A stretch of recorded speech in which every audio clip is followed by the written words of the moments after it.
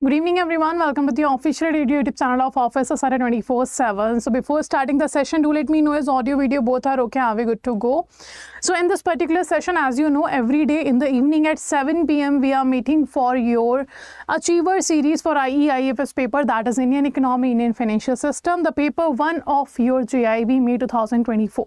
So in this particular session, we are going to cover the next part of our Module A combined unit practice of advanced questions. So if you remember in the last session, it means in the last class that happened yesterday, we have discussed unit 1 to 6 advanced questions. In today's sessions, we are going to do the same thing from 7th unit to 11th unit of your Module A. Now, what we have done yet, first of all, we have completed each and every unit. We have in Module A 11 units. How many units we have? We have 11 units, and all these 11 units we have discussed individually in this session, in this lectures, in this Achiever series. And apart from this, we have also done, this is the basic questions. First we have practiced the basic questions of Module A unit 11, that 1 to 11 we have completed. Now we have done yesterday 1 to 6 units advanced question.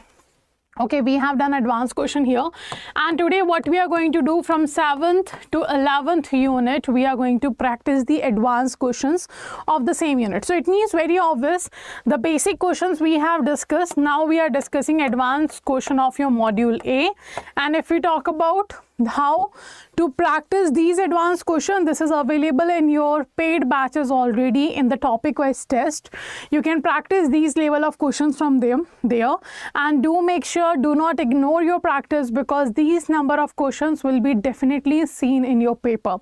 Paper is lengthy, language is tough, so we have to practice accordingly. First, go with the conceptual understanding, have a basic understanding of all the chapters, and then practice the advanced questions. It is very important because they are time consuming, their language is little bit tough, so we have to be prepared for all the worst kind of paper that can be asked in the May 2024. So let's start. You can see today we are going to cover from unit 7 to 11, that is these units: economic reforms, foreign trade policy, foreign investment, economic development, international economic organization like World Bank, IMF, WTO, etc. Then the climate change, sustainable development goals, issues facing Indian economy. So these are the units that we are going to cover today in this particular session.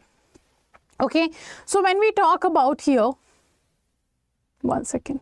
So when we talk about here your overall units, so you can see Module A talks about Indian economic architecture. It means it tells us what actually the Indian economy is. So actually accordingly we have defined unit also here, like what kind of basic information regarding the Indian economy should be there, that has built the economic architecture that we have to cover. So let's start with the first question. These questions are little lengthy, but do not worry about it. Once you have read the question and option, you will be easily able to answer the question only and only if you have done the topic wise study in the conceptual way. If you are just reading the concepts, you are trying to mug up the concept, it is very not possible, very much not possible to answer your questions in the paper, because conceptual understanding plus your practice is very much important. So go with the conceptual understanding. So first question is talking about, read the following statement carefully and choose the incorrect one in relation to the topic economic reforms. Always make sure when you start practicing the questions, when you are starting giving the test, mock test, the topic wise test or full length mock test, do check one thing. Is it talking about the correct statement or incorrect statement, the true statement or false statement? That you have to cross check. Okay, so we have to find out the incorrect one in context to the economic reform. So the first statement is saying economic reform refers to the process whereby a government specifies declining role for the state and an expanding one for private sector in the economy. Second, economic reform usually refers to regulation or at times shrinking the size of government to remove distortions caused by regulations or the presence of government, rather than new or enhanced regulations or government programs to alleviate the distortions caused by market failure. Third, historically the reform process has seen the pursuit of market-oriented policies that foster private sector development, augmenting and controlling the market. So you have to answer here, which of the following is correct? You have to answer here, which of the following is correct? A, B, C or D?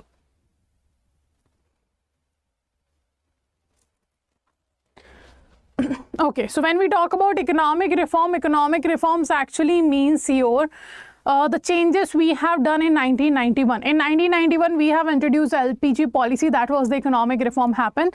Liberalization, privatization, globalization. So in liberalization, what we have done in liberalization, we have removed rules, regulations, restrictions from the lot of sectors.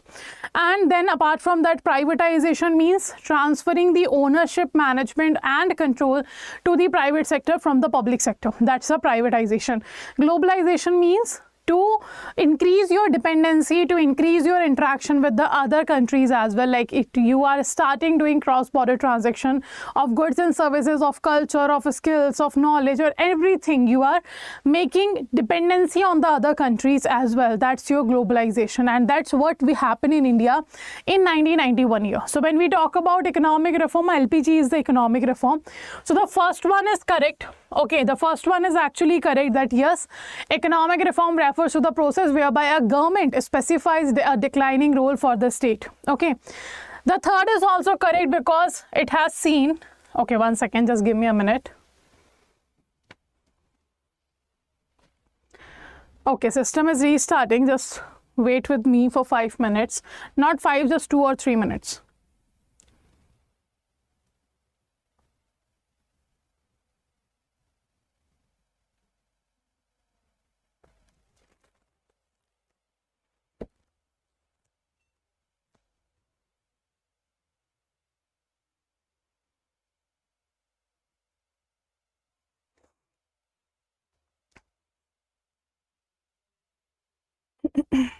Okay, till then I will explain you what actually the LPG is. Liberalization, I have told you, it is simply your, when we are talking about rules, regulation, earlier there used to be lot of rules, regulations, restrictions in the country because always everything was in the monopoly of government. Monopoly means the government have right on each and every market, every sector, whatever is happening in the country, that comes under the government. But what happened, there are a lot of we have seen the lot of disruption happen in the economic stability.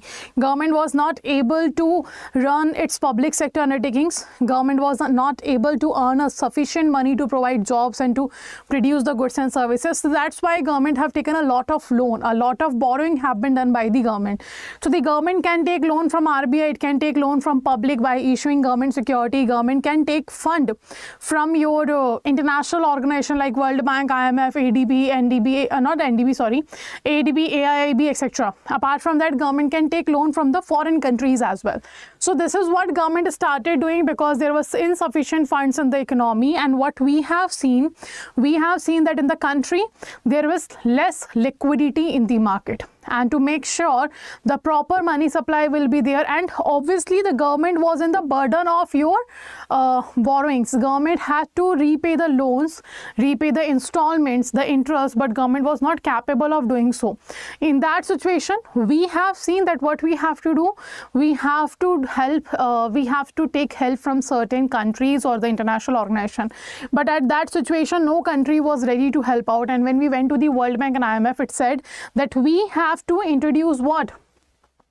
We have to introduce the economic reform, then only the World Bank or IMF will help us. And on the recommendation, or I can say on the mandatory condition that have put by World Bank and IMF in front of India, we have introduced the LPG policy, that is liberalization, privatization and globalization. Okay, so this happened in the year 1991. The new economic policy was introduced, or we can say it was the LPG, liberalization, privatization, globalization. Okay, now when we talk about economic reforms, these are the economic reform that I have told you. This is economic reform like LPG, etc. But one more thing is there. In the LPG, we are making it sure that the country will have sufficient funds. We wanted the country to have a sufficient funds so that each and every person will be able to earn a certain amount of money, as well as each and everybody will get a job in the country. That's why we have introduced a lot of things in the LPG policy. So now you can see. So now you can see here that first statement is true. The last one is also true, because it is saying reform process has seen the pursuit of market oriented policies that foster private sector development. So we have seen this because of the economic reform. After that, if we talk about the second statement, it is saying economic reform usually refers to regulation. It's not regulation, it is deregulation. It refers to the deregulation, because you are removing the rules, regulation, restriction, you are removing from the country. You are transferring the ownership, the management, the control from government to private sector. That's what we are talking about. So not the second statement is correct. It means option number B will be right. The right option will be your option number B. That is, it used to economic reform. Whenever you talk about the economic reform, it means the deregulation, not a regulation. Okay, so that's why right answer is B. You can see here. Now the next question, second question we have here, that is talking about FDI. So what is FDI? FDI is foreign direct investment. Which among the following statements are not correct in relation to FDI? Foreign direct investment is an investment made in a country by a foreign investor, often a company, to control the ownership of an entity. Okay, so this is a way of investing to the other country. FDI is simply what? Foreign direct investment. What is foreign direct investment? When you invest in the other country, when the investment will be made in the other country, that is foreign direct investment. Okay. So we are saying the first is correct or not correct. It is true. You are investing in the other country's entity. Now FDI is a key engine for economic growth, assisting in maintaining high growth rates, enhancing productivity and generate employment. This is what the FDI is. This is also true. Yes or no? If we talk about FDI, foreign direct investment, it's a key engine for economic growth. In India, the maximum capital flow, or we can say the tertiary sector of our country, the service sector of our country, is a sector which is growing very fast, and it is the sector which contributes maximum in our economy, right?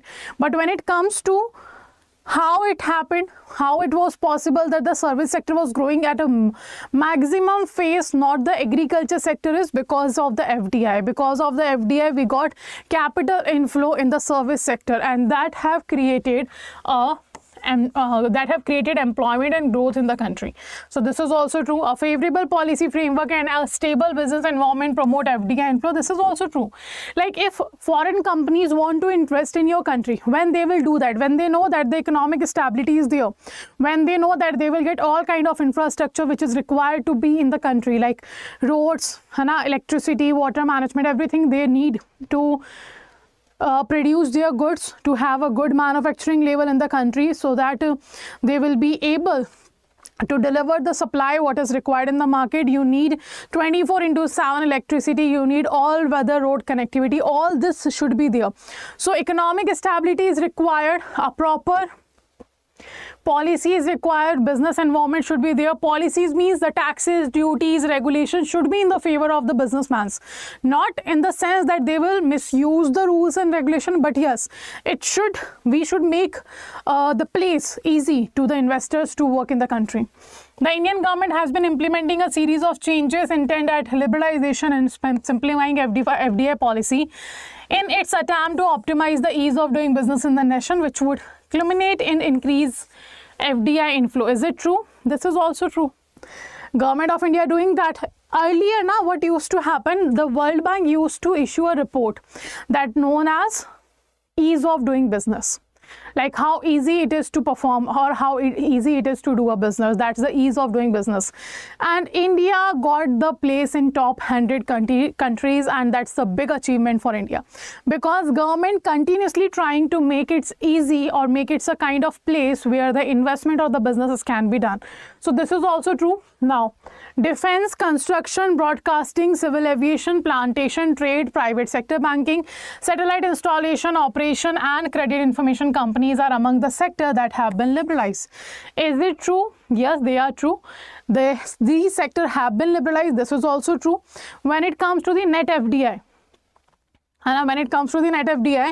it has increased from $3.7 billion in 2004-05 to $36.6 billion in 2021-22. Is it true? Yes, it is also true. Okay, now 7th is saying in 2021 the net foreign direct investment in India reached 36.6 billion, 16.7% higher compared to the year earlier. Is it true? No, it is not higher, it was lower. It is not higher, it was lower compared to the earlier year. It means the 7th statement is not true. So the right answer will be C, because the question is asking about the not correct statement, the incorrect statement. Okay, so it's very obvious to understand when we talk about the foreign direct investment, it is the way to invest in the foreign company, in the foreign country. So this is one of the way by which the foreign capital or capital inflow will be given to the other country, and it's a good source for India as well to get a proper capital in the market. So right answer will be your C option. Okay, acha, the statement 6 and 7 talks about the certain values. So I have told you already, in module A of Indian economy you have to cover theory plus concept and the database questions. Same in the module B you have to cover, because the module A, B both are Indian economy. In Indian economy database questions will be there. Acha, next question we have about the World Bank, that is international organization. Which of the following is not true about World Bank? So World Bank is international organization, है ना? It helps its member country in poverty eradication, in countries development, in countries reconstruction. World Bank helps. So first is World Bank emerged from the Bretton Woods Conference, officially known as the United Nations Monetary and Financial Conference, held in 1944 in Bretton Woods. Second, its formation was aimed at assisting in the rebuilding of Western Europe following World War II devastation. The World Bank is the largest development bank in the world. It offers financial solution and policy assistance to nations in order to help them eliminate the poverty, spread the benefits of sustainable growth to all of their citizens. IBRD concentrates on middle income and credit-worthy poor countries, whilst the IDA focuses on the world's poorest country. The World Bank Group is a collection of 5 international institutions headquartered in Washington, D.C. India is one of the founder member of IBRD, IDA, IFC. Now you have to answer which of the following is not true. And as per my knowledge, there is no statement which is not true. So right answer is none of the above. So you can see World Bank was established after Bretton Woods Conference. I have told you in the World Bank chapter that after World War II, Bretton Woods Conference was conducted by the USA's president, and there the 4 institutions have been created: World Bank, IMF, GATT, that is General Agreement Tariff and Trade, and then Flexible Exchange Rate. These 4 things have been introduced in the Bretton Woods Conference. So the first is true. Its formation was done first to rebuild the Western Europe economy, and then it have given the other objective, that is remove poverty, then apart from that develop the country, reconstruct the country. Third, World Bank is the largest development bank in the world. That is true. Then it offers financial solution obviously to the nation. It helps to eliminate the poverty. It helps to provide the sustainable growth to the citizen of the member country. IBRD focuses on the poor country who have a good credit worthiness. IDA focus on world's poorest country. This is also true. World Bank Group is the collection of what? 5 international institutions. This is also true. IBRD, IDA, IFC, MEGA, ICSID. Last one is also true. India is the founding member of IBRD, IDA and IFC, and India is member of MEGA, not a founding member but a member. But India is not a member or founding member of ICSID. That I have already told you. So the right answer is D. Those who have joined individual unit sessions, they will be easily able to answer these questions in the advanced level. So right answer is D. Next. This is a filling the blanks about the core elements of sustainable development. First, in September the United Nations General Assembly has announced a set of 17 sustainable development goals targets. Let's start with elimination method. So first you have to answer in September which year. So first you can eliminate the question from a particular year. And you can eliminate the options, not the question, but you can eliminate the option from the year. So first let's see which year it was.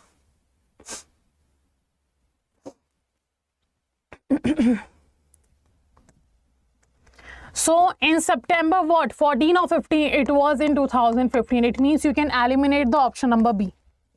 Clear now? Second is 17 goals are there, but how many targets were there? So now again you can eliminate the option. It is 169 targets. It means option number D will be eliminated because it's saying 196. You can eliminate that. Next, target to support action over the next 15 years. These goals were proposed in June dash. Now you have again a year. You have again a year. In which year it have been done? You have two options, in 2012 or in 2014. And actually it was in 2012 in Rio de Janeiro. So it also removed. So right answer is A. Very simple. And then if we talk about the last blank, is talking about that these set of goals superseded the Millennium Development Goals. I have told you MDG had 8 goals, SDG have 17 goals, which were slated to expire in 2015 and focused on areas that could be not fulfilled sooner. The SDG have a time frame of, so it was introduced in 2015. Till when we have to achieve these goals? We have Agenda 2030. This Agenda 2030 is the goal and it was started from 2016. So your right answer is A. Answer very easily. So right answer is A here. Okay. Next question. Which among the following statements are not correct in relation to the issues facing Indian economy? What issue Indian economy is facing? Which of the following statement is not correct? You have to answer. First, according to the National Statistical Office NSO, provisional estimates, we are talking about the provisional estimates, Indian economy grew by 8.7% in financial year 21 following a contraction of 6.6% in your 2022 financial year. Actually, they have interchanged. These years have been interchanged. Why? Because the earlier that 8.7% in financial year 22 it have been said following a contraction of your next year, that should be financial year 2021. So if we talk about this is question is asking about not correct one statement. Another question is asking about what? Not correct one. It means the first one is not correct. Second is saying here that the phase of economic recovery has moderated in previous quarter, which could be attributed to global factor, cost pressure from increasing energy and raw material prices followed by a drop in demand due to the advent of new COVID variety, are undermining. This is true. This happened. The prices were increasing, the demand was decreased. So this happened in the country. Next, India is one of the world's fastest growing major economy. This is true. This has been said by IMF. According to IMF World Economic Outlook, the Indian economy grew by 8.9% in the 22-23 before slowing down to 6.9% in 23-24. This is also true. So second and third is true. Fourth is saying the World Bank projected 10% growth. No, World Bank never projected 10% growth. World Bank never projected 10% growth. Actually, it projected 8.7% growth in 2020-23. And 6.8% in your 23-24 Global Economic Outlook report of World Bank says. It means first is wrong and fourth is wrong. So your right answer will be B.